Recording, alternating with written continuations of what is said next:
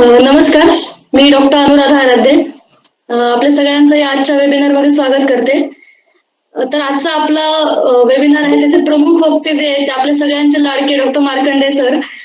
तर त्यांच्याबद्दल थोडक्यात ओळख करून द्यायची म्हणजे थोडक्यात शक्यच नाही. सरांचा बायोडेटा आणि सरांचं काम इतकं मोठं आहे की त्याला कदाचित थोडासा वेळ लागणार आहे मी सरांची ओळख करून देणार आहे त्यासाठी. तर डॉक्टर NM मार्कंडे सर सध्या आपल्या परभणी वेटरनरी कॉलेज इथं सहयोगी अधिष्ठाता या म्हणजे असोसिएट डीन या पदावरती कार्यरत आहेत. सरांबद्दल अगदी थोडक्यात सांगायचं तर क्लिनिकल गायनेकोलॉजी आणि जनावरांबद्दल वंध्यत्व याच्यामध्ये त्यांचं खूप मोठं संशोधन आणि काम आहे. राष्ट्रीय आणि आंतरराष्ट्रीय प्रतिष्ठेच्या एक अगदी अग्रगण्य अशा नियतकालिकांमध्ये त्यांचे 195 पेपर्स आतापर्यंत पब्लिश्ड आहेत. डॉक्टर मार्कंडे सरांनी प्राण्यांच्या पुनरुत्पादनातील राष्ट्रीय संशोधन विभागात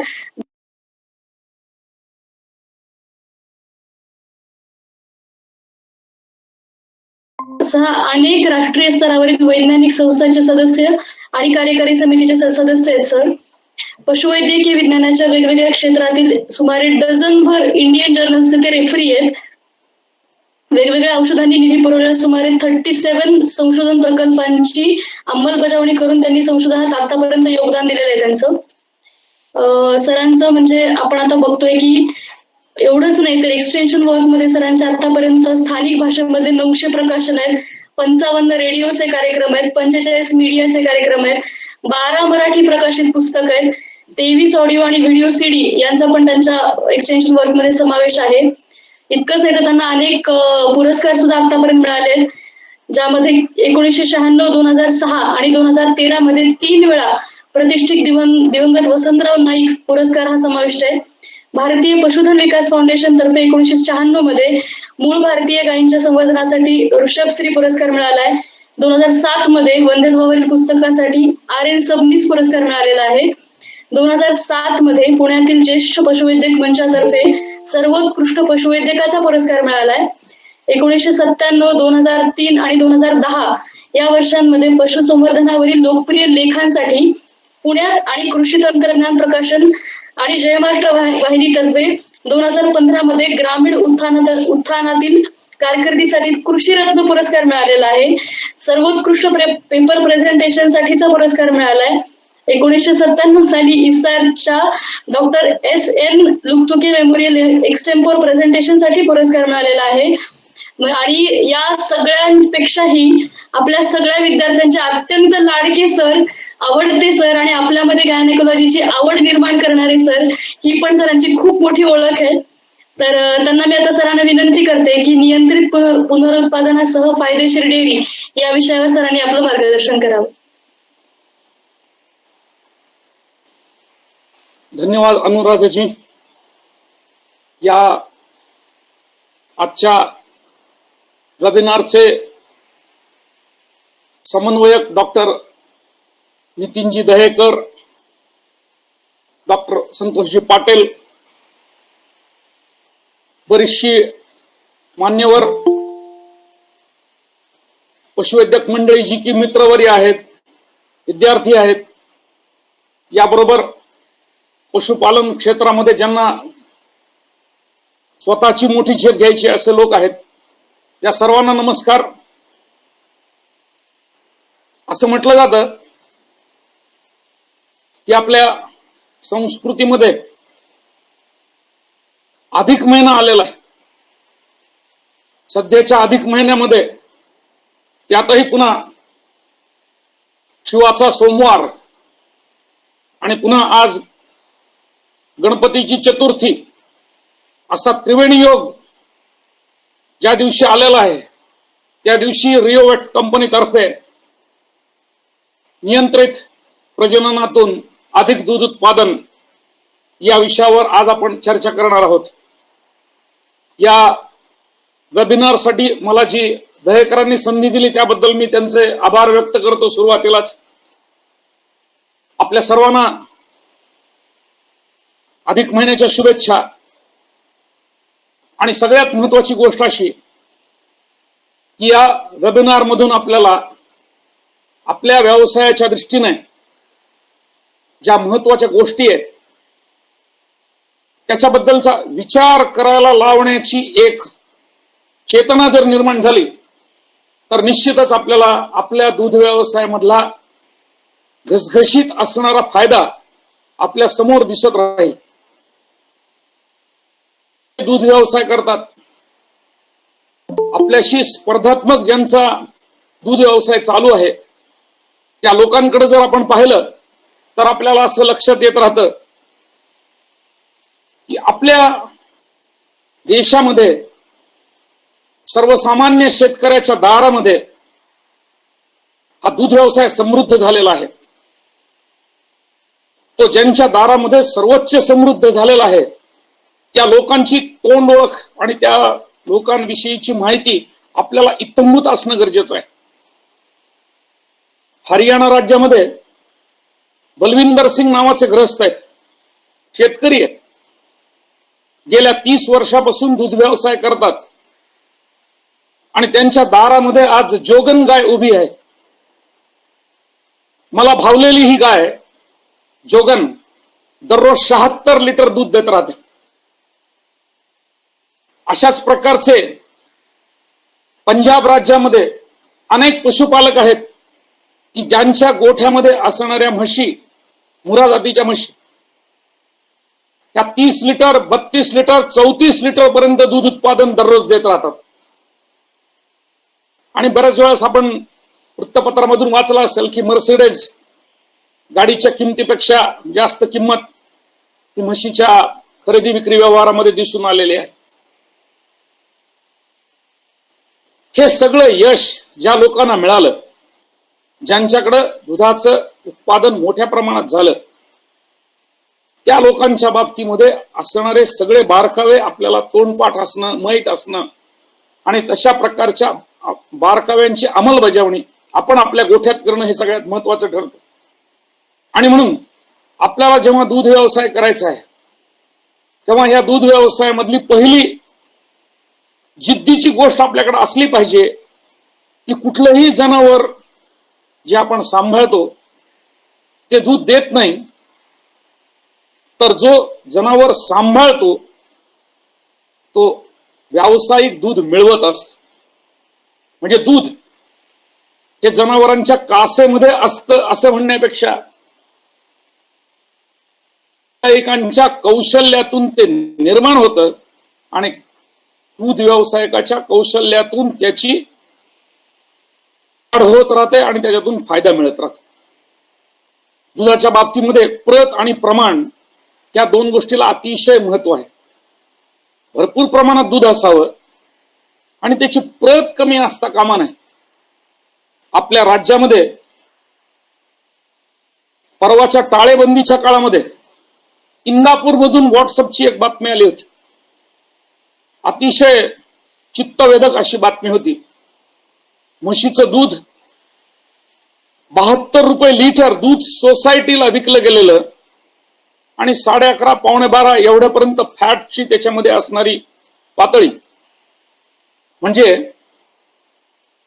कुठं व्यवसाय चालतो ह्याला फारसं महत्व नाही, व्यवसाय कोण करतो आणि व्यवसाय करणारा व्यवसायाच्या बाबतीमध्ये जागरूक आहे का या गोष्टींना भयंकर महत्व.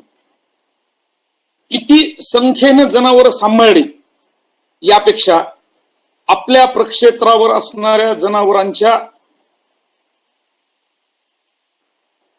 सरासरी दूध उत्पादनाचा विचार हा नियमितपणे झाला पाहिजे. गोठ्याचं दूध उत्पादन असा शब्दप्रवाह परदेशामध्ये वापरला जातो. आमच्याकडे 10 संकरित गायी आहेत आणि दररोजचं गोठ्यामधून 300 लिटर दूध जातं. हा विचार आपल्या मनात असला पाहिजे. म्हणजे गोठ्याचं दूध याला फार मोठं महत्व. एखादं जनावर थोडंसं दुधाला कमी असेल, एखादं जनावर सर्वोच्च पातळीचं असेल, पण सरासरीला प्रचंड मोठी महत्व आहे. याबरोबर दुसरी महत्वाची गोष्ट प्रत. प्रत्येक ठिकाणी दुधाच्या बाबतीमध्ये असणारी प्रत ही दिवसेंदिवस अतिशय दर्जेदार असण्याकडे ज्या ज्या प्रक्षेत्रावर ते लक्ष दिलं जातं त्या त्या प्रक्षेत्रावरून चांगल्या प्रकारच्या दुधाला मागणी वाढत जाते. तिथे थोडं नशीब अडकलं दूध व्यावसायिकांचं समजायला हरकत नाही. घडतं असं की वार अडकून पडला की रोग जंतूंचा प्रादुर्भाव वाढत जातो. तो आपल्याला वाढू द्यायचा नाही आणि म्हणून प्रसूतीनंतर ताबडतोब 6 तासाच्या आत वार पडलाच पाहिजे याच्याकडे आपलं लक्ष असलं पाहिजे. प्रसूती झाली, वासराचा जन्म झाला की लगेच औषधोपचार सुरू, थांबायचंच नाही, अर्धा तास सुद्धा नाही. वार पडणारे औषध तोंडावाटे पाजणे, गर्भाशयात गोळ्या सोडणे, ह्या सगळ्या गोष्टी आपल्याला सुरू ठेवायच्या. वाराचा अडथळा जर टाळला तर गर्भाशयामध्ये दाह होत नाही. आणि दुसरी गोष्ट, गर्भाशय बाह्यकार बऱ्याच जनावरांमध्ये असतो, म्हशींमध्ये सुद्धा तो आढळतो. आपल्या जनावराच्या बाबतीमध्ये भांड पडण्याची समस्या व्याल्यानंतर 3 दिवसापर्यंत सर्वाधिक असल्यामुळं जे अशी शक्यता आहे की असं वाटतं की काय सांगता येत नाही, भांड पडू शकते, त्यांना सरळ सरळ चुंबळ बांधून ठेवणं हा सोपा, साधा, अतिशय उपयुक्त असलेला भाग आहे. पण बऱ्याच ठिकाणी दुर्लक्ष केलं जात. म्हैस व्याली, आता काय गरज नाही, आता काय चुंबळ बांधायची गरज नाही. असो किंवा नसो, या बाबतीमध्ये आपण जर जागरूकता दाखवली तर अडथळा निर्माण होत नाही. परवा असं घडलं, काळामध्ये 10 लाख रुपये खर्च करून 20 किलोमीटर अंतरावर परभणीच्या तरुणांनी करून आणल्या 1-1 लाख रुपयाच्या. त्याल्यानंतर वार अडकला, 3 दिवसानंतर भांड बाहेर पडलं, 5 दिवसानंतर अतिशय गंभीर अशा प्रकारची सुरू झाली अडचणीची, आरोग्याची, अडथळ्याची प्रक्रिया. आणि मग ज्या व्यवसाय केला त्या गोष्टीसाठीचा मोठा प्रश्नचिन्ह ह्या तरुण लोकांच्या समोर उभा राहिलं. एकही माणूस दूध व्यवसायामध्ये पराभूत झाला नाही पाहिजे आणि याच्यासाठी सगळी डॉक्टर मंडळी, पशुसंवर्धन विभागाची सगळी मंडळी, पशुवैद्यक क्षेत्रामधली सगळी मंडळी यांचा संपर्क आपला अशी दांडगा असला पाहिजे. प्रत्येक दूध उत्पादकाचा पशुवैद्यकाशी संपर्क दांडगा असला पाहिजे आणि तो उपचारांसाठी नाही, साठी असला पाहिजे. मला परवाच असं सांगितलं की टाळेबंदीच्या काळामध्ये आपण जर डॉक्टरकडे गेलो तर पहिल्यांदा टेस्ट तर केली जाते करोनाची. दुसरी आपली कुठलीही जरी तक्रार असली तर त्यासाठी लवकर डॉक्टर सेवा उपलब्ध होत नाहीत आणि अडचणी निर्माण येत आहेत. याच्यासाठी इंटरनेटवरून डॉक्टर उपलब्ध असणारी ह्युमन बिंग मध्ये म्हणजे माणसासाठीची सोय उपलब्ध झालेली आहे. त्याची फीस भरली की लगेच डॉक्टर लोक कन्सल्टिंग सुरू करतात, हा काय झालंय काय नाही वगैरे वगैरे बोलतात. अशा प्रकारची सोय पैसे देऊन का असं ना पशुवैद्यक क्षेत्रामध्ये जर निर्माण झाली तर प्रत्येकाला आपल्या घरी बसून अडचणी येण्याच्या अगोदर निश्चितच प्रतिबंधात्मक उपाय मिळवता येत राहतील. अशा प्रकारची क्रांती पशुवैद्यक क्षेत्रामधल्या एक्सटेन्शनच्या बाबतीमध्ये म्हणजे विस्तार शिक्षणाच्या बाबतीमध्ये होणं गरजेचं आहे. औषधं जी निर्माण करण्यात आलेली आहेत की जनावरांच्या दूध उत्पादनात वाढ, आरोग्यामध्ये समृद्धी याच्यासाठी करण्यात आलेली. कुठलाही औषध निर्मिती करणारा कारखानदार आणि उद्योजक जनावरं आजारी पडावीत आणि मग माझी औषधं खपली जावीत यासाठी करत नाही. उलट या उपलब्ध औषधीमुळे जनावरांचं दूध उत्पादन वाढावं, प्रकृतीत सुधारणा व्हावी, रोगप्रतिकारक क्षमता वाढावी हा उद्देश असतो. म्हणून हा प्रतिबंधात्मक विचार आपण जर औषधांच्या बाबतीमध्ये केला तर मला निश्चितच खात्री आहे की उपलब्ध औषधींचा आपल्याला वापर हा योग्य प्रकारे आणि चांगल्या दृष्टीने जनावरांच्या बाबतीमध्ये करता येत राहील.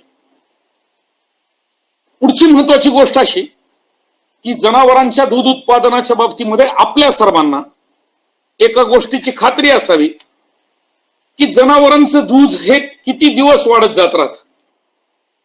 गाईच्या बाबतीमध्ये व्याल्यानंतर जनावरांचं दूध 2 महिन्यापर्यंत वाढत जातं. तर म्हशीच्या बाबतीमध्ये दूध हे 2.5 महिन्यापर्यंत वाढत जात. हा जो वाढीचा काळ आहे त्या काळामध्ये दूध उत्पादन वाढवणं ही पशुपालकाची जिम्मेदारी असते. या काळामध्ये शरीराची झीज भरून येणं आणि दूधही वाढणं ह्या दोन्ही गोष्टीसाठी भरपूर दुधाच्या प्रमाणाकडे लक्ष न देता त्याही पेक्षा जास्त जर औषधोपचार सुरू केला तर निश्चितच त्याचा फायदा होत राहतो. आणि म्हणून व्यालेल्या जनावरांच्या बाबतीमध्ये दूध उत्पादनासाठी भरपूर आहाराची प्रमाणातील वापरली पाहिजे. एकूण शास्त्रीय शिफारसींच्या थोडा जास्त जर खुराक वापरला तर दुधाचं प्रमाण जनावरांमध्ये वाढत जात राहतं. ज्या जनावरांच्या बाबतीमध्ये व्याल्यानंतर गायींच्या बाबतीमध्ये 2 महिन्यामध्ये माज दिसून आला, पहिला माज दिसून आला, त्या सगळ्या जनावरांच्या बाबतीमध्ये आपण प्रसूतीची लढाई योग्य प्रकारे जिंकलेली आहे असं समजायला हरकत नाही.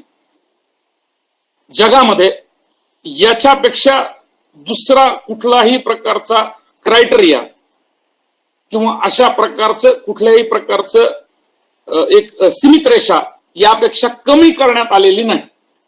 म्हणून 60व्या दिवशी गाय जी ब्याल्यानंतर माझ्यावरती येत राहते त्या बाबतीमध्ये पशुपालकानं केलेली सगळी व्यवस्था, सर्व प्रकारची निगा प्रसूतीच्या वेळेसची आणि नंतरची योग्य आहे असं समजायला हरकत नाही. आपल्याकडं अनेक गोठ्यामध्ये 60 दिवसाच्या अगोदर सुद्धा गायी माझा त्या चांगल्या दुधाळ गायी असतात. 40 लिटर पर्यंत जाणाऱ्या गायी सुद्धा आपल्या राज्यामध्ये अनेक ठिकाणी आहेत.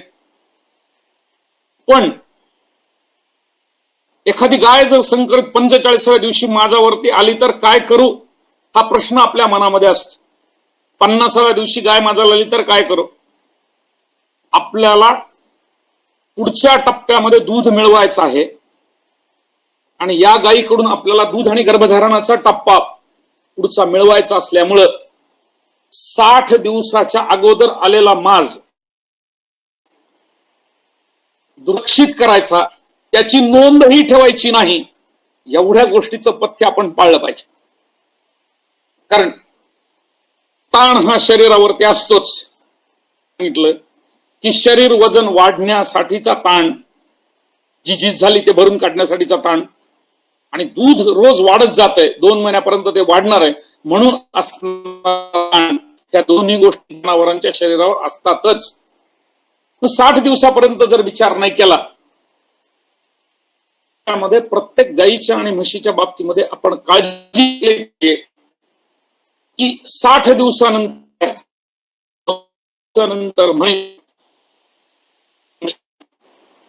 जणांच्या माझ्यावर येत नाही. तुम्ही जे सांगितलं तरी सुद्धा गाय 60 दिवसानंतर माझ्यावर आली नाही, म्हैस 60 दिवसानंतर 90 दिवसानंतर माझ्यावरती आली नाही. जी जनावरं अपेक्षित वेळी माझ्यावरती येत नाहीत, ती व्यालेली असोत किंवा इतरही असोत, त्यांच्या बाबतीमध्ये आपल्याला शरीर वजन हा एक प्रतिबंधाचा उपाय आपल्याकडे आहे, नामी उपाय आहे. कुठलाही औषधोपचाराची गरज नसणारा हा उपचार भाग आहे.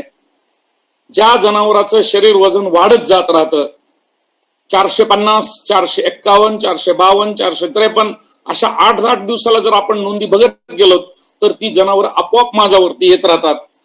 याच्या उलट म्हशीच्या बाबतीमध्ये जर 450च्या ऐवजी 448, 446, 445 असं जर कमी होत चाललेलं वजन असेल तर आपल्याला लक्षात येत राहतं की म्हैस माझ्यावरती जी काही आधी येत होती ती आता बंद झालेली आणि येणारच नाही. म्हणून चक्र सुरू राहण्यासाठी शरीर वजनाचा सोपा मार्ग, आपल्या गोठ्यात राबवता येणारा मार्ग अवलंबता येत राहील. आणि जी जनावरं पशुखाद्यामधून आणि आहारामधून आपल्याला चांगल्या प्रकारे माझ्यावरती आणता येत राहतात त्यांच्यासाठी विनाकारण औषधोपचाराची गरज पडत नाही.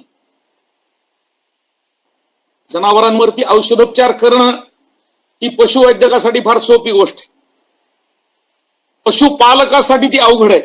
कारण प्रत्येक औषधोपचाराची मात्रा ही खर्चिक आहे आणि जनावरांना दिल्यानंतर तिचा उपयोग होण्याच्या दृष्टीनं जनावरांकडून प्रतिसाद मिळतो का याच्यावर येण्याचा औषधोपचार केला, पण माझाचा प्रतिसाद लाभला पाहिजे या दृष्टीनं आपल्याला विचार करता येईल. आणि म्हणून शरीर वजनाकडे जनावरांच्या लक्ष देणं गरजेचं. परदेशामध्ये प्रजननावरचं नियंत्रण मोठ्या प्रमाणामध्ये घडवलं जात आणि ते नियंत्रण म्हणजे पोलीस जसं नियंत्रण करतात त्या पद्धतीचं असतं. 60व्या दिवशी माझ्यावरती जनावर नाही आलं की औषधोपचाराची मात्रा सुरू. पुढच्या 8-10 दिवसामध्ये जनावर माझ्यावरती आलं की ते हमखास गाभण ठरलं पाहिजे याच्यासाठी प्रयत्न. या सगळ्या गोष्टीचा विचार आपल्याकडे असला पाहिजे.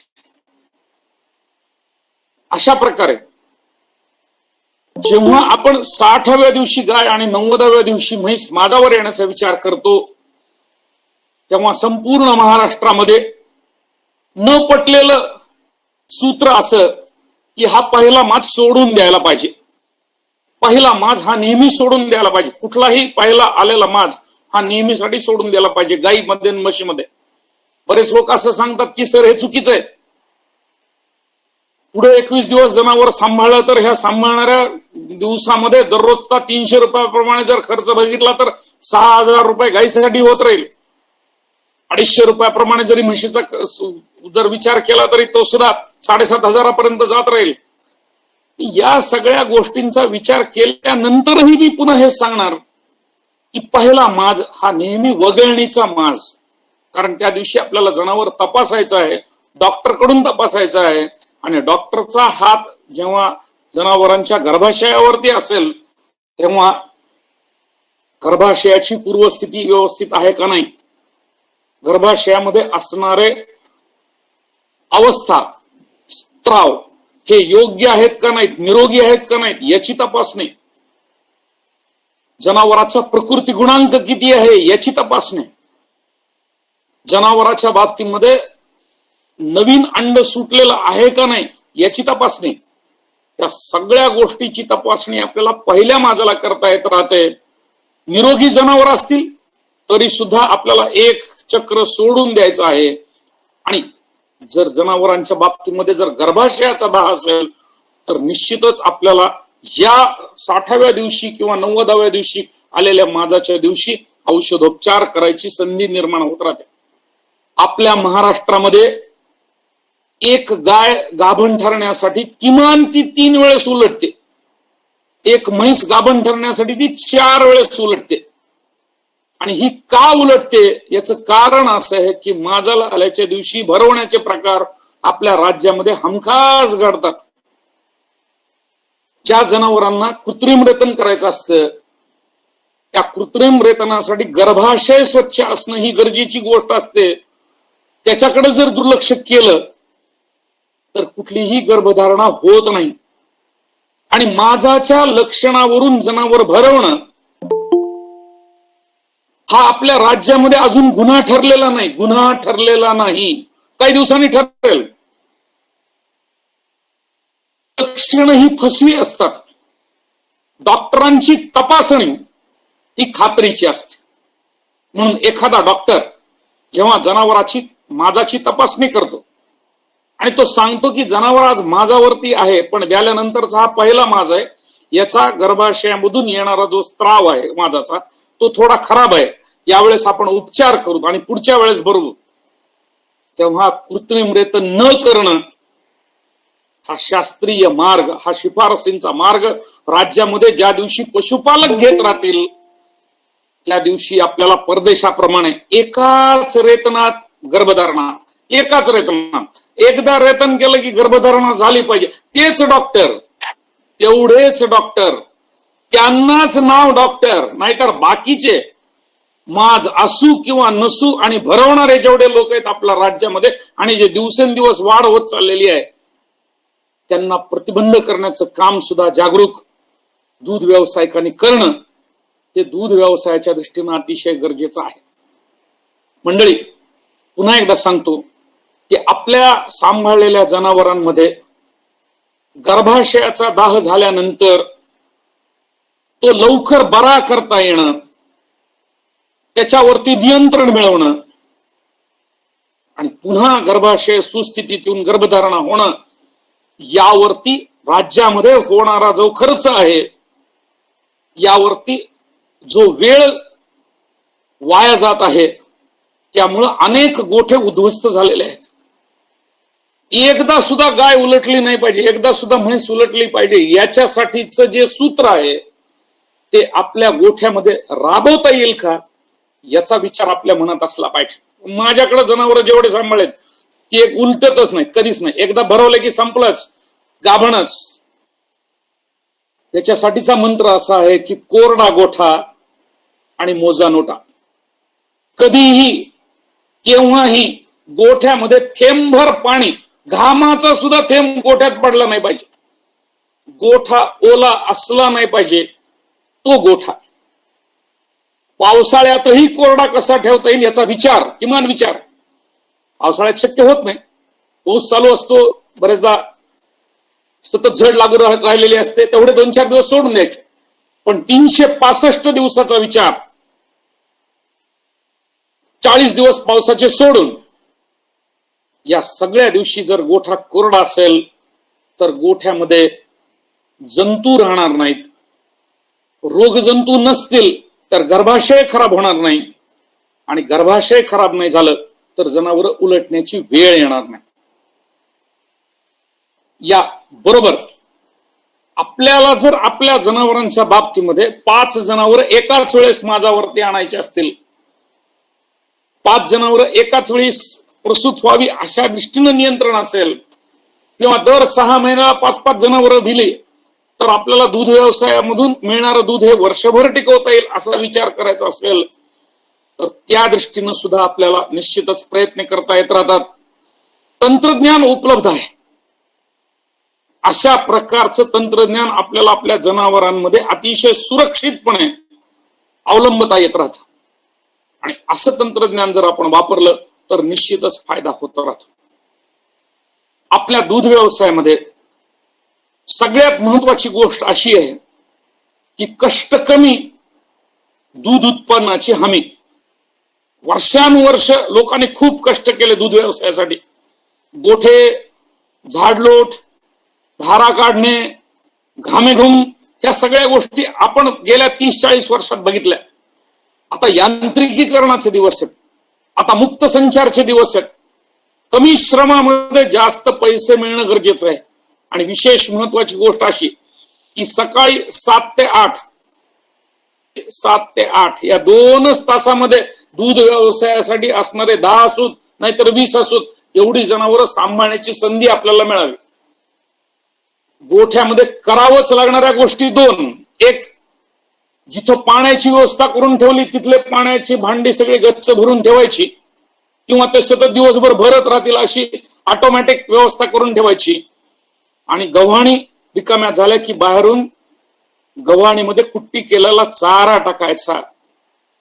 सकाळी एकदा आणि संध्याकाळी एकदा दोहनासाठी मशीन वापरले, किंवा दिवसातून 3 वेळेस जर दूध काढण्यासाठी आपण मशीनचा वापर केला, पहाटे 5 वाजता, दुपारी 1 वाजता, रात्री 9 वाजता, तर 8-8 तासाच्या अंतरानं 3 वेळेस जर दूध काढलं तर त्यातही आपल्याला निश्चितच 25% ते 30% फायदा दूध, वाढीव दुधाचा मिळू शकेल. अशा प्रकारे आपल्याला दूध वाढवता येत राहील. दूध उत्पादनामध्ये अडथळे निर्माण करणाऱ्या ज्या बाबी आहेत त्यात मिनरल मिक्सचर ही एक महत्वाची गोष्ट आहे. आपल्या जनावरांच्या बाबतीमध्ये क्षार पावडर जनावरांना मिळाले पाहिजेत. क्षारांची जर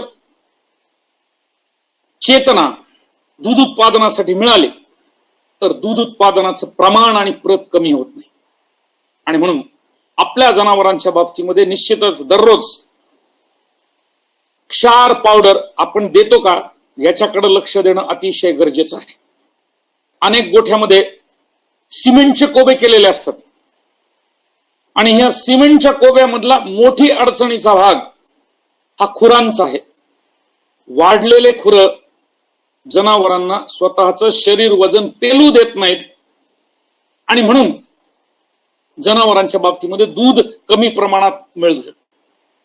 जी जनावर दुधात आहेत अशा सगळ्या जनावरांच्या बाबतीमध्ये खुर मधला जो भाग आहे तो स्वच्छ आहे, त्याच्यामध्ये कुठे जखम झालेली नाही, अशा प्रकारची जर काळजी आपण जनावरांच्या बाबतीमध्ये घेतली तर निश्चितच आपल्याला फायदा होऊ शकेल. आपल्या सर्वांना महत्वाची गोष्ट मला या ठिकाणी सांगावीशी वाटते की दूध उत्पादनाच्या बाबतीमध्ये चाऱ्याचा अंतर्भाव हा सगळ्यात महत्वाचा आहे आणि विविध प्रकारचा चारा आपल्या प्रक्षेत्रावरती असणं गरजेचं आहे. कोइंबतूर 5, कोइंबतूर 6 ह्या नवीन आलेल्या ज्या काही चाऱ्याच्या व्हरायटी आहेत त्याची उपलब्धता जर आपल्या गोठ्यासाठी झाली तर मोठ्या प्रमाणामध्ये चारा आणि तो सुद्धा सकस चारा आपल्याला जनावरांना पुरवता येत राहील. याचा आग्रह आपल्याला गोठ्यामध्ये धरावा लागेल आणि अशा प्रकारच्या नवीन चाऱ्याच्या जातींसाठी आपण आग्रही भूमिकेत असणं गरजेचं आहे. 3 महिन्याचं चाऱ्याचं नियोजन कुठल्याही गोठ्यासाठी, दूध उत्पादक जनावरांच्या गोठ्यासाठी 3 महिन्याचं चाऱ्याचं नियोजन हे गरजेचं आहे. कुठलाही ऋतूचा अडथळा त्याच्यामुळे निर्माण होत नाही. मुरघास ही काळाची गरज आहे. मुरघास साठवणीच्या दृष्टीने उपयोगी पडणार आहे आणि मुरघास हा ताजा चारा पुरवण्याच्या दृष्टीनं उपयुक्त ठरत असल्यामुळं दूध उत्पादक जनावरांसाठी मुरघासचा वापर अतिशय गरजेचा आहे. परदेशामध्ये सगळाच्या सगळा चारा केवळ मुरघासच्या स्वरूपामध्येच वापरला जातो आणि नुसता मुरघास जनावरांना दिला जात नाही तर मुरघास बरोबर पुन्हा पशुखाद्य एकत्रित करून टोटल मिक्स्ड राशन अशा प्रकारची सुविधा निर्माण केली जाते. दूध व्यवसायामधला नफा फायदा आपल्याला जर वाढवायचा असेल तर 10 जनावरं ज्या गोठ्यामध्ये सांभाळली जातात त्या गोठ्याच्या सांभाळाबरोबर आपल्याला गोबर गॅस यंत्राची जोडणी अतिशय गरजेची ठरते. ज्या गोष्टीमध्ये फायदा असतो, ज्या गोष्टीमधून आपल्याला उत्पन्न मिळतं, ज्या गोष्टी खर्च कमी करण्यासाठी उपयुक्त ठरतात, त्या सगळ्या गोष्टींची जोड जर आपण दूध व्यवसायाला दिली तरच आपल्याला फायदेशीर दूध व्यवसाय ठरू शकतो. आपल्या राज्यामध्ये अत्यंत स्वस्तामध्ये म्हणजे 3,000 रुपयापासून ते 3 लाख रुपयापर्यंतचे गोबर गॅसचे संयंत्र उपलब्ध आहेत आणि नवीन फेरो सिमेंट ही जी संकल्पना आलेली आहे, फेरो सिमेंट, त्याच्यामध्ये आपला जो पूर्वीचा अनुभव आहे की दर 5 वर्षाला 4 वर्षाला गोबर गॅसची टाकी फुटते आणि मग त्याच्यातून गॅस मिळत नाही, त्याला छेद देणारी गोष्ट ह्या नवीन प्रकारच्या फेरो सिमेंटच्या टाक्यातून आपल्याला दिसून येऊ शकते. आणि म्हणून गोबर गॅसचा जर वापर या गोष्टी बरोबर केला, दूध व्यवसाय बरोबर केला तर गोठ्यासाठी लागणारी ऊर्जा, मग ती चापकटरसाठी असो, दूध काढणाऱ्या मशीनसाठी असो, गोठ्यामधल्या विजेसाठी असो, ती आपल्याला चांगल्या प्रकारे निर्माण करता येत राहील. आपल्या गोठ्यामध्ये फायदेशीर ठरणारी आणि उत्पन्न वाढवणारी वासरं योग्य प्रकारे वाढणं गरजेची गोष्ट आहे. आपल्या राज्यामध्ये 8 ते 9 महिन्यामध्ये 250 किलो शरीर वजन संकरित गायींच्या वासराचं निर्माण करणारी मंडळी आहेत. अतिशय जोरदार शरीर वजन. पण यासाठी वासरू हे जन्मल्यापासून मुक्त संचारमध्ये ठेवणं गरजेचं आहे. बागडलं पाहिजे, उड्या मारल्या पाहिजेत, पळालं पाहिजे, पूर्ण व्यायाम त्याचा झाला पाहिजे. म्हणजे शरीर वजन दररोज 1 किलोनी वाढलं पाहिजे. यासाठी आपले प्रयत्न असले पाहिजेत. 16व्या महिन्यामध्ये रेडी, पारडी माझावरती येणं, 8व्या 9 महिन्यात कालवड माझावरती येणं, यासाठी वासरांचा सांभाळ हा योग्य प्रकारे झाला पाहिजे. एक गोष्ट मुद्दाम सांगू इच्छितो की आपण चांगल्या गोष्टी जेव्हा जनावरांना आहारामधून पुरवतो आणि चाऱ्याचा प्रकार जेव्हा विकत आपण घेतो तेव्हा बऱ्याचशा चाऱ्यामधून परजीवींचा प्रसार होण्याची शक्यता असते. परजीवींचा प्रसार असो, रक्तामधले बदल असो, मूत्रामध्ये होणारे बदल असो, हे सगळे बदल आपल्याला तपासणीमधून दूर करता येत राहतात. 10 जनावर ज्या गोठ्यामध्ये आहेत त्या गोठ्यामध्ये दर 3 महिन्याला 10 जनावर असणाऱ्या गोठ्यामध्ये दर 3 महिन्याला एका जनावर 10 मध्ये 1, 100 मध्ये 10 अशा प्रकारे जनावरांचं शेण, रक्त आणि लघवी ही जर तपासायला दिली तर गोठ्याचं आरोग्य आपल्याला कळू शकतं. शेणाची तपासणी करून घेतल्यानंतर जर शेणामध्ये जंतच नसतील किंवा जर अंडी नसतील तर जंतनाशन करण्याची गरजच पडणार नाही. रक्त तपासणी केल्यानंतर रक्तपेशींच्या मधून आपल्याला ज्या काही शरीराच्या आरोग्याबाबतच्या बाबी कळतील त्यातून पशुवैद्यकीय सल्ल्याप्रमाणे आपल्याला प्रकृतीमध्ये सुधारणा करता येत राहील, दूध उत्पादनामध्ये वाढ करता येत राहील, रक्त पुरवठा प्रत्येक पेशीला व्हावा या दृष्टीने प्रयत्न करता येत राहतील. आणि लघवीमधून सुद्धा ज्या काही गोष्टी अपेक्षित आहेत, जे सामान्य मूत्र आहे त्याचा सामू असेल याची तपासणी जर झाली तर पचनक्रिये योग्य प्रकारे घडते अशा प्रकारची माहिती आपल्याला मिळू शकेल. म्हणून इथं खर्च करणं गरजेचं आहे. खर्च इथं गरजेचं, तपासणीसाठीचा खर्च हा गरजेचा आहे. याला सॅम्पल एक्झामिनेशन, रोगनिदानासाठीची ही तपासणी गरजेची आहे. अशा प्रकारचा व्यवसाय आपल्याला करणं गरजेचं. दुसरी महत्वाची गोष्ट अशी की आपल्या संपर्कामध्ये असणारी जी काही पशुवैद्यकीय यंत्रणा आहे, पशुवैद्यक महाविद्यालय असो, जवळचे पशुवैद्यकीय अधिकारी असो किंवा आपल्याला पशुसंवर्धनामध्ये सल्ला देणारी जी काही कृषी विज्ञान केंद्र असो, या सर्वांच्याकडून आपल्या अडचणींच्या मध्ये आणि आपल्याला दिसून येणाऱ्या प्रश्नांच्या बाबतीमध्ये मार्गदर्शन मिळवणं ही सगळ्यात महत्वाची गोष्ट.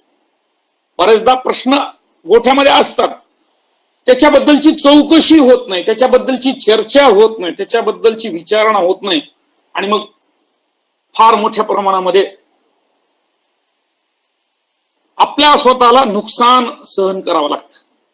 आपल्या सर्वांना विनंती आहे की जेव्हा जेव्हा आपल्या मनामध्ये ज्या पशुसंवर्धनाच्या बाबतीमध्ये फायदा होत नसेल तिथे आपल्या गोठ्याचं तांत्रिक सर्वेक्षण करून घेणं, अशा प्रकारची सोय आपण करून घेतली पाहिजे. डॉक्टरना बोलवलं पाहिजे, त्यांच्या डोळ्यामधून दिसणाऱ्या ज्या चुका आहेत त्याच्याबद्दलची आपण माहिती घेतली पाहिजे. ज्या तांत्रिक माहितीच्या आधाराने आपल्याला पुढे जायचंय त्यामध्ये राज्यामध्ये जवळपास 40 प्रकारची मासिक क्षेत्रामधील तांत्रिक माहिती देणारी सदर आपल्यापर्यंत पोहोचवत असतात. शेतकरी मासिक आहे, राज्य शासनाचं अॅग्रोवनचा पेपर आहे आणि अशा अनेक असे 40 नियमितपणे प्रकाशित होत राहतात.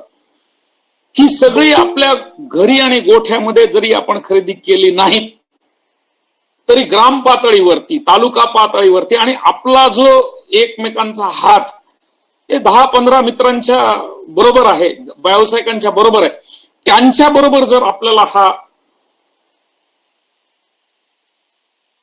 लाभला तर खूप मोठ्या प्रमाणामध्ये आपलं वाचन होऊ शकेल.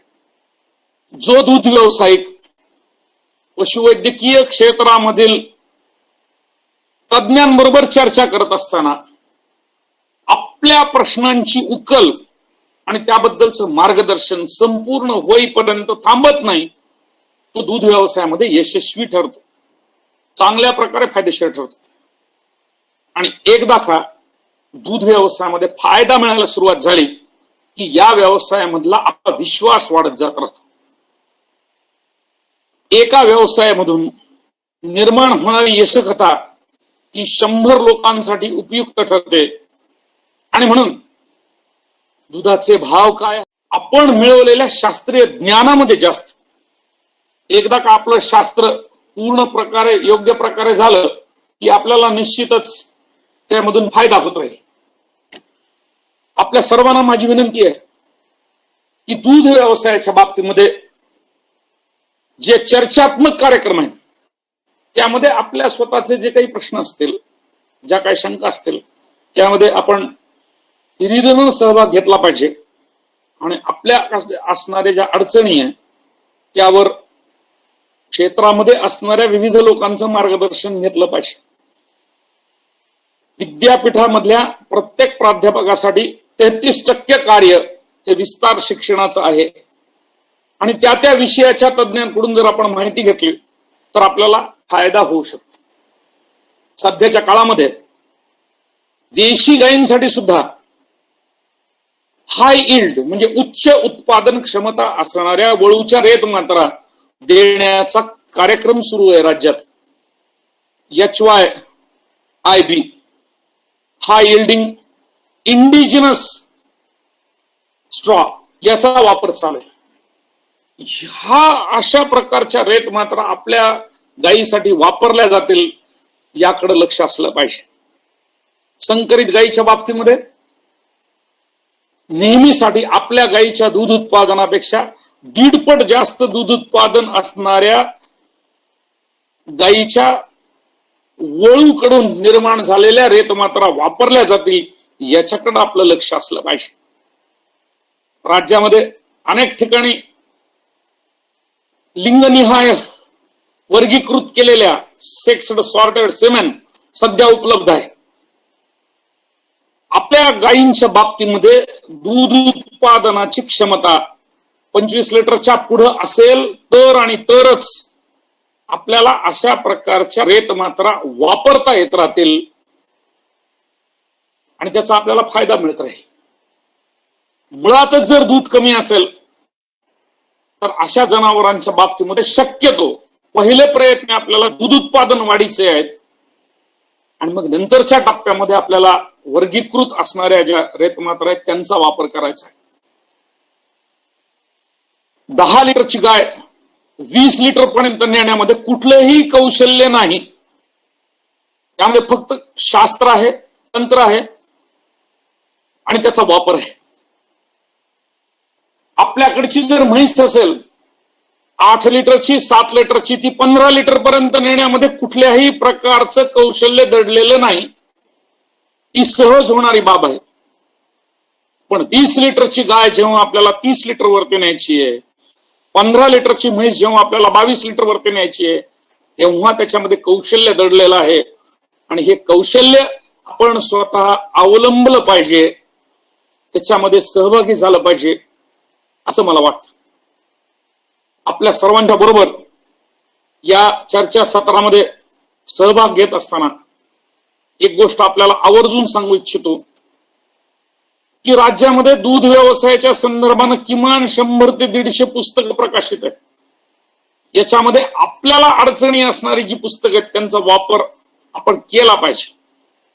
बायफ ही जी संस्था आहे, भारतीय अॅग्रो इंडस्ट्रीज फाउंडेशन, यांच्यातर्फे चारा पिकावर अतिशय सुंदर अशा प्रकारचं पुस्तक बाजारामध्ये उपलब्ध आहे.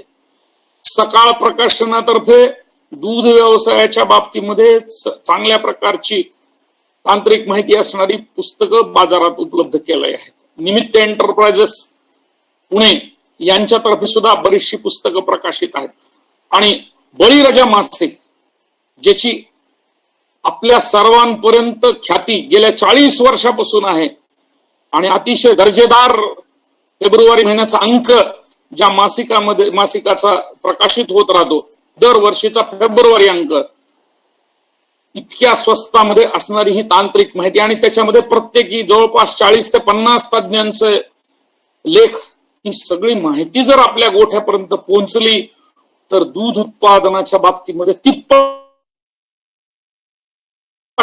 आपल्याला सहज शक्य आहे. ही सगळी पुस्तकं आपणच खरेदी करायची असं नाही म्हणणार, पण जेव्हा ग्राम पातळीवर, तालुका पातळीवर आणि ग्रंथालय पातळीवरती आपण शिफारस करणार असू तेव्हा हे जुने ग्रंथ निश्चितच आपल्याला उपयोगी पडतील. शेतकरी मासिकाचं असंच आहे. प्रत्येक शेतकरी मासिकामध्ये 2 लेख पशुसंवर्धनावरचे असतात. अतिशय चांगल्या प्रकारची माहिती लसीकरणाबाबत, जंतुनाशनाबाबत, दूध उत्पादन वाढीच्या बाबतीमध्ये त्यात असते. त्याचा वापर करून घेतला पाहिजे. ज्या पद्धतीनं आपण हा व्यवसाय करतो त्या पद्धतीमध्ये शास्त्र आणि तंत्राचा वापर आपण सर्वजण कराल अशी अपेक्षा व्यक्त करतो. आणि आज रिओवेट तर्फे मला ही जी आपल्याशी संवाद साधण्याची संधी दिली त्याबद्दल पुन्हा एकदा दहेकरजी आणि पाटील यांचे आभार व्यक्त करून मी माझे जे काही विवेचन आहे तर ते थांबवतो. आपले जर काही प्रश्न असतील तर त्याच्याबद्दल आपल्याला निश्चित चर्चा करता येत राहील. धन्यवाद.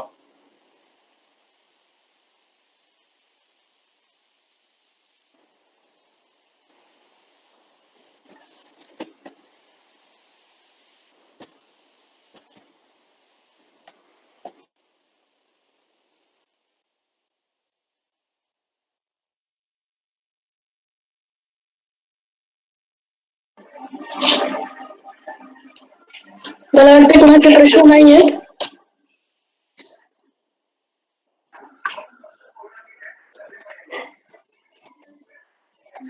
विनोद एंड करताय मग काय? ओके.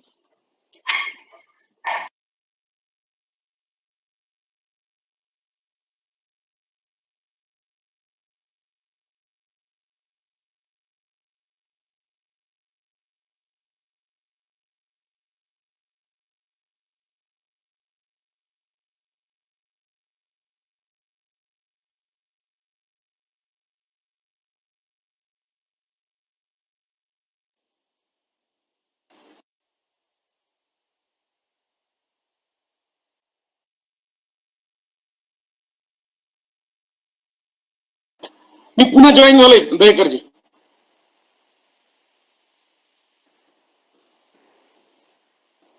हा एक मिनिटात चुकून झालं, बटन दाबलं गेलं.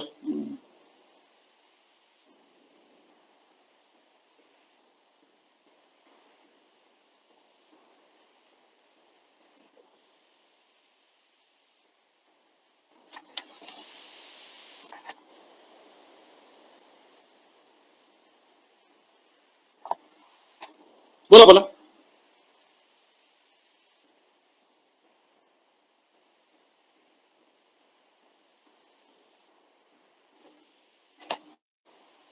सर्वात महत्वाची बाब अशी की दूध उत्पादनाचा विचार जेव्हा आपण करतो तेव्हा कॅल्शियम हा क्षार अतिशय महत्वाचा आहे.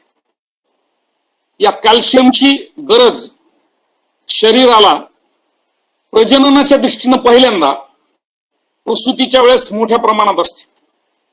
प्रसूतीच्या कळा, वार बाहेर टाकणे, गर्भाशय पूर्वस्थितीत येणे, या सगळ्या गोष्टीसाठी कॅल्शियम सगळ्यात महत्वाचं. याची उपलब्धता असल्यानंतरच चांगल्या प्रकारच्या कळा निर्माण होऊ शकतात आणि गर्भाशयामधली सगळी गोष्टी या बाहेर पडतात. याबरोबर दूध उत्पादनामधला हा कॅल्शियम अतिशय महत्वाचा घटक आहे.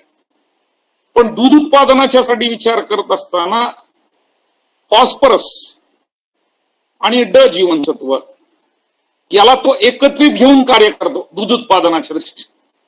आणि म्हणून व्यालेल्या जनावरांच्या बाबतीमध्ये कॅल्शियमची मात्रा विनाकारण एक्स्ट्रा देण्यापेक्षा आपल्याला विण्यापूर्वीच्या 1.5 महिन्यामध्ये जर कॅल्शियम क्षाराचं विघटन,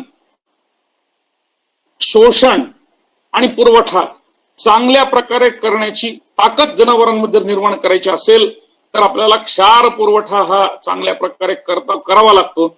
आणि अगोदर केलेला जो क्षार पुरवठा आहे 1.5 महिना अगोदर, ब्यायच्या अगोदरपासून, तर तो दूध उत्पादनासाठी पुरेसा ठरतो.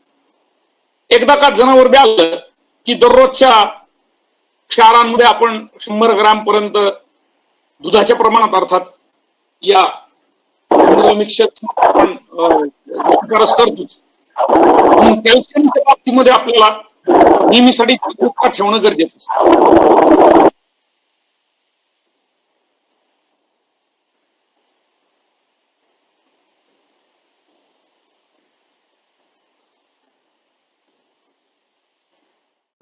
सर कॅल्शियम जेल फॉर्ममध्ये पण अवेलेबल आहे आणि कॉमन लिक्विड पण अवेलेबल आहे.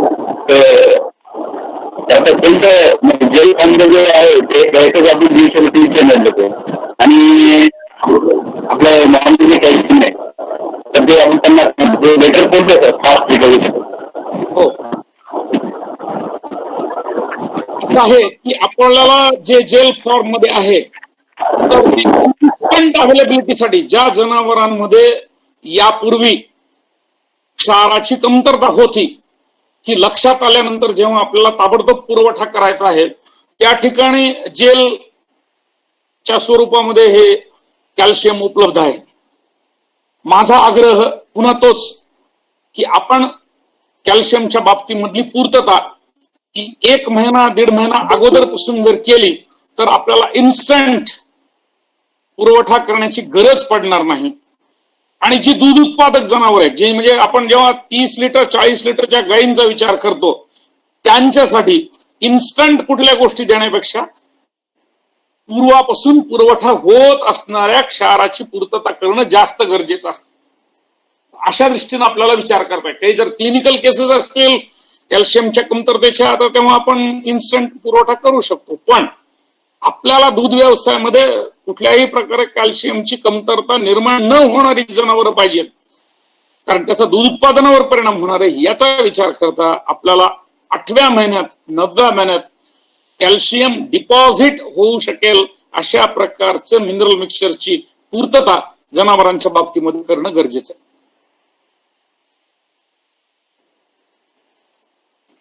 आपला आवाज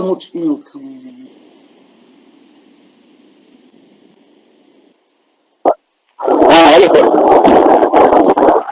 हॅलो सर प्रश्न असा होणार सर अजून. हॅलो बोला बोला. तर आपण जे कॅल्शियम आयुर्वेद इलेक्ट्रिसिटी क्वांटिटी वाढ करण्यासाठी किंवा आपल्या इंटरेस्ट पोहोचण्यासाठी कॅल्शियम उपयुक्त असतं बरोबर. पण बऱ्याच वेळेस असं कॅल्शियम आयुर्वेद पॉप्युलेशन जातं सर म्हणजे बसवल्यामध्ये खास करून आयुर्वेद केल्यानंतर तर ते अवॉइड करण्यासाठी काय करू शकतो सर आपण. अतिशय चांगला प्रश्न आहे आपला. कॅल्शियमच्या सगळ्या कार्याचं जे स्वरूप आहे तर ते प्रसूतीशी निगडीत आहे आणि म्हशींच्या बाबतीमध्ये जे काही प्रोलॅप्स होत राहतो म्हशींच्या बाबतीमध्ये वार अडकण्याचं जे प्रमाण आहे तर त्याच्यामध्ये कॅल्शियम क्षाराची कमतरता हा एक याची पूर्तता आपल्याला करण्यासाठी जसं मी आपल्याला पहिल्यांदा सांगितलं की आपण प्रसूतीच्या पूर्वीपासून कॅल्शियमचा पुरवठा करणं गरजेचं आहे तशी दुसरी गोष्ट वार पडण्यासाठी सुद्धा ज्या बाबतीमध्ये वाराचं विलगीकरण गर्भाशयापासून होतं ती वनस्पतीजन्य औषधी बाजारात उपलब्ध असणारी सगळी बाजारामध्ये 6 ते 8 प्रकारची औषधी मात्रा बाजारात उपलब्ध आहेत त्यांचा वापर जर 15 दिवस अगोदर केला तर तो अतिशय उपयुक्त ठरतो कारण वार हा नेहमी 8 तासाच्या आत पडला पाहिजे 6 तासाच्या आत पडला पाहिजे. ज्या जनावरांच्या बाबतीमध्ये प्रोलॅप्सची शक्यता आहे किंवा नसल्यानंतर सुद्धा म्हशींच्या बाबतीमध्ये किमान 3 दिवस द्याल्यानंतर म्हणजे याचा वापर जर झाला उपयोगी होत राहील आणि आपल्याला एक्स्ट्रा कॅल्शियम द्यायची गरज पडणार नाही. आपण काय जेव्हा गरज असेल तेव्हा नक्की पूर्तता करू पण आपल्याला प्रतिबंधात्मक उपायातून जर वापरता आले तर ते शेतकरी बंधूंसाठी जास्त उपयोगी पडणार असं मला वाटतं.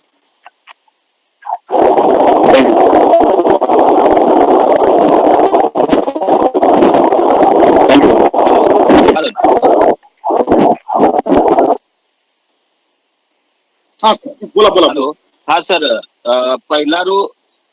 हा सर बैलारू रेडी जे आहेत तर यांच्यामध्ये विल्यानंतर मामेटे प्रॉब्लेम जाणवतात तर ते होऊ नयेत तर त्यासाठी प्रिव्हेन्शन म्हणून काय करणं गरजेचं आहे शेतकऱ्यांना काय सांगायला पाहिजे.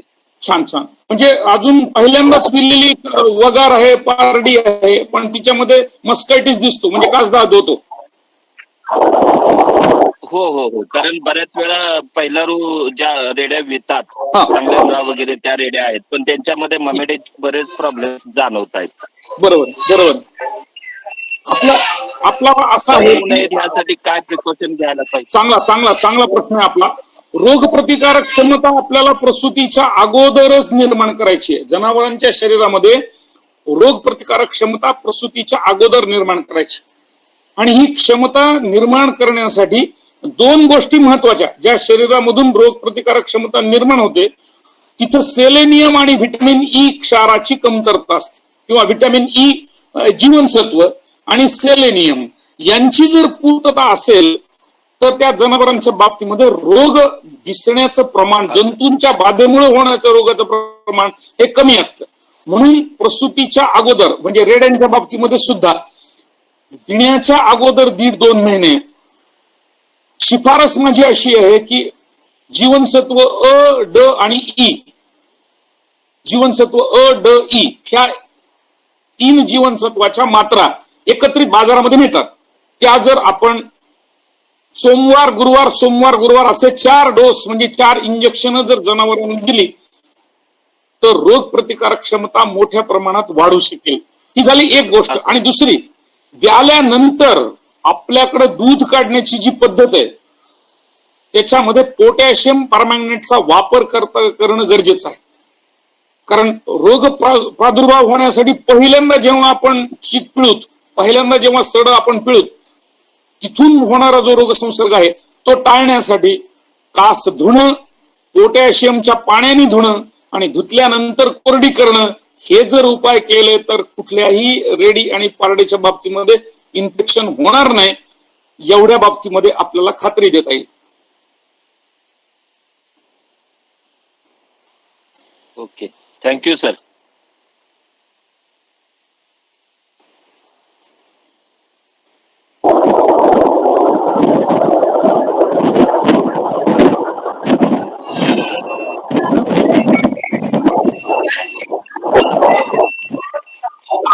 हॅलो. तर अधिक एक प्रश्न बोला बोला बोला. तर अगोदर अधिक एक प्रश्न होता. 10व्या महिन्यामध्ये, आता म्हैशीला 10व्या महिन्यात किंवा गाईला 9व्या महिन्यामध्ये त्याला मिनरल मिक्सचर खाऊ घालणं गरजेचं आहे का? हो हो हो, अत्यंत महत्वाचं. मी बोललो ना, असं आहे की हे जे मिनरल मिक्सचर आपण देतो अगोदर, गायच्या अगोदर, हे सगळं कातडी खाली जमा होत राहत आणि मग ते दुधामधून आपल्याला परत मिळतं. म्हणून नेहमीसाठी प्रत्येक जनावराच्या विण्याच्या अगोदर मिनरल मिक्सचरची पूर्तता करणं अतिशय गरजेचं आहे, नेहमीसाठी.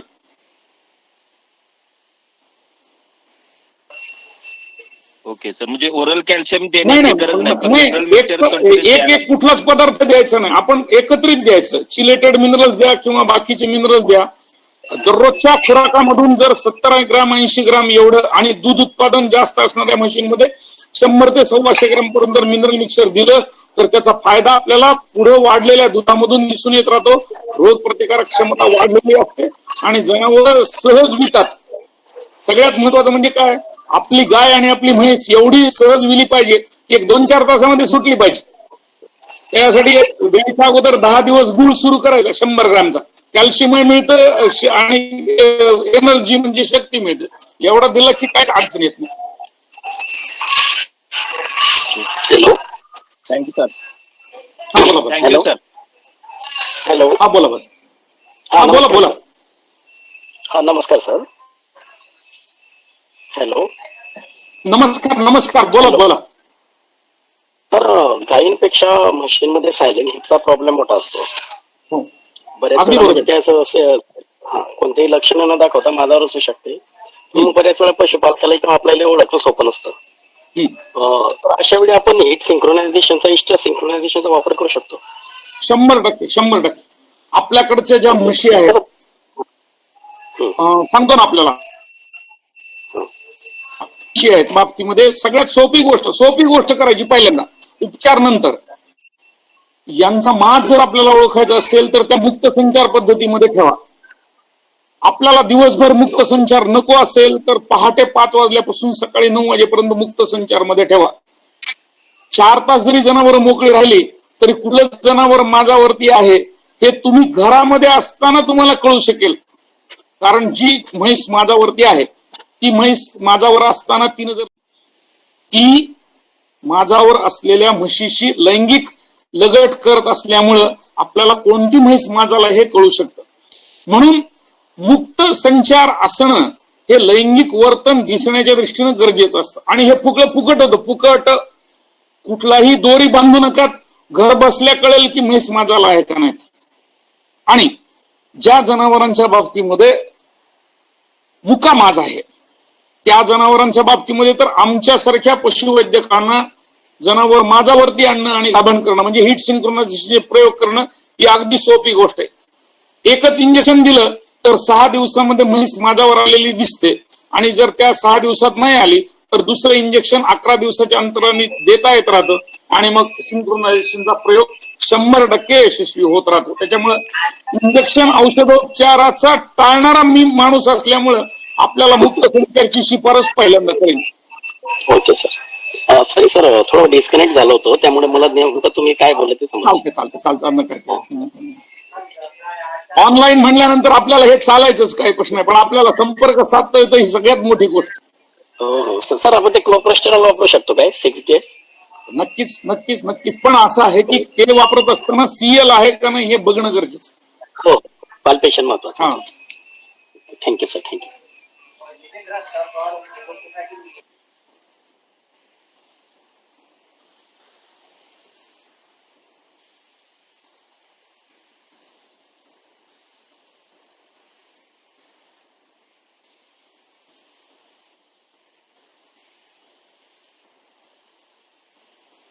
चालेल. लाख धन्यवाद. आपल्याकडे जे काही प्रश्न येत राहतील पाटील साहेब आणि दहेकर साहेब, आपल्याला विनंती आहे की तुमच्याकडे जे काही पशुपालकांचे प्रश्न येत राहतील प्रश्न आपण ईमेलच्या स्वरूपामध्ये किंवा व्हॉट्सअपच्या स्वरूपामध्ये जर डायव्हर्ट केले तर त्याचं उत्तर रिओवटच्या माध्यमातून त्यांना पोहोचवणं हे आम्हाला आनंद असेल. आणि आपण जे काही पशुवैद्यक क्षेत्रामध्ये कार्य करत आहात म्हणजे दर्जेदार औषधांची निर्मिती करून लोकांच्या कल्याणासाठी आणि दूध उत्पादनासाठी जी काही औषध निर्मितीचा प्रयोग करत आहात तो लोकांपर्यंत पोहोचावा या माध्यमासाठी आपल्याला लोकसंपर्काची ही मोहीम नेहमीसाठी राबवता येत राहील. आणि त्यासाठी आम्ही सगळे पशुवैद्यक महाविद्यालयाचे स्टाफ मेंबर तुमच्या नेहमीसाठी बरोबर आहोत. पाटील साहेब, दहेकर साहेब, पुन्हा एकदा तुमच्या सर्वांचे धन्यवाद आणि अतिशय चांगली संधी दिल्याबद्दल आपल्या सर्वांना पुन्हा एकदा शुभेच्छा. धन्यवाद.